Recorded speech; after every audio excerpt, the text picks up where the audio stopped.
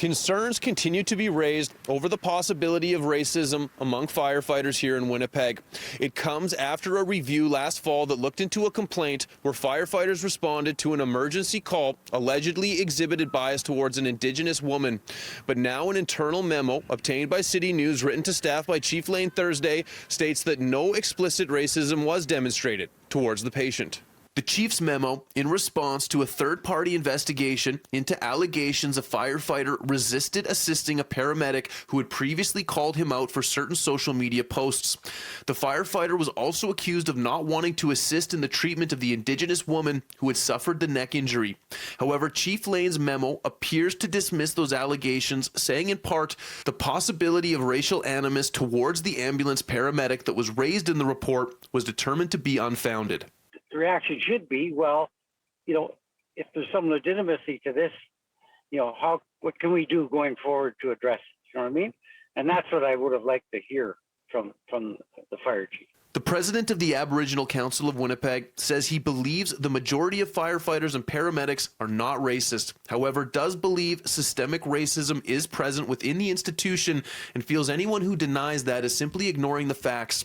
Damon Johnston wants to open a dialogue between the Aboriginal Council and Lane to find a better solution for what the report called evidence of implicit bias and a lack of concern for a seriously injured Indigenous person. And I would go farther and say that if the chief of fire is not willing to change his attitude, not willing to change what he does in this regard, that maybe he shouldn't be there. In a statement from the Winnipeg Ambulance Paramedic Union, President Michelle Grawanski says it is questionable leadership for the chief to issue a memo downplaying and distorting the findings of racism in the independent investigator's report during the City of Winnipeg's Anti-Racism Week. We must remember the seriousness of what the investigator found, that there was an attempt to collude and cover up the unnecessary delay in transporting a seriously injured Indigenous patient to hospital.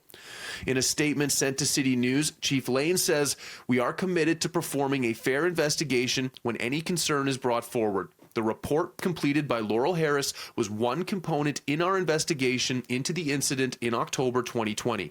This report indicated that racial animus among the crew members may have been a factor on this call.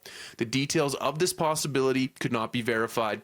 Regardless, we want to ensure that racial animus is never part of the equation in our workplace. That is why we've implemented education and training for our employees."